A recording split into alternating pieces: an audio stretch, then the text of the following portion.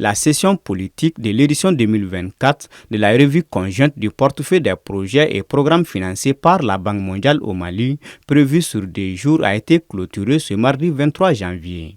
Occasion pour la Banque mondiale de présenter l'état de ses opérations dans notre pays. À ce jour, le portefeuille de la Banque mondiale au Mali comporte un ensemble de 24 opérations pour un engagement financier de 1,8 milliard de dollars des États-Unis. Ces portefeuilles couvrent essentiellement les secteurs de l'énergie, de l'agriculture, de l'eau et du transport. Ces 4 secteurs représentent ensemble 72% des engagements de notre institution au Mali. À l'issue des discussions, il est ressorti que notre portefeuille a été très performant pour l'année fiscale 2023, avec un taux de décaissement de 36,7%. Selon elle, ces montants décaissés ont permis d'atteindre d'importants résultats.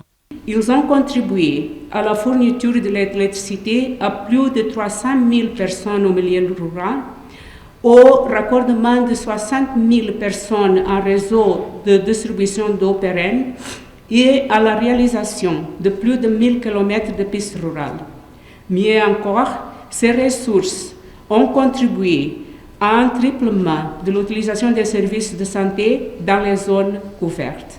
Cette revue ayant pour objectif d'améliorer la durée des résultats des opérations financées par la Banque mondiale pour le chef du département de l'économie et des finances, un tel exercice permet de suivre de près et à tous les niveaux l'évolution du portefeuille et de l'assainir.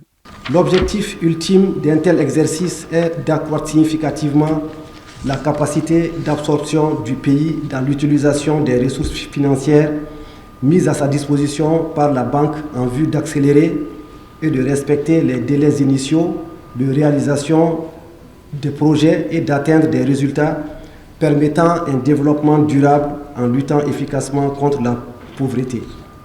J'ai noté avec satisfaction qu'à l'issue de vos travaux, un diagnostic complet du portefeuille a permis d'identifier et d'analyser les contraintes ou difficultés majeures qui plombent la performance du portefeuille et conséquemment des propositions de solutions adossées à des recommandations pertinentes ont été faites et traduites dans le plan d'action d'amélioration de la performance du portefeuille que vous venez de nous présenter.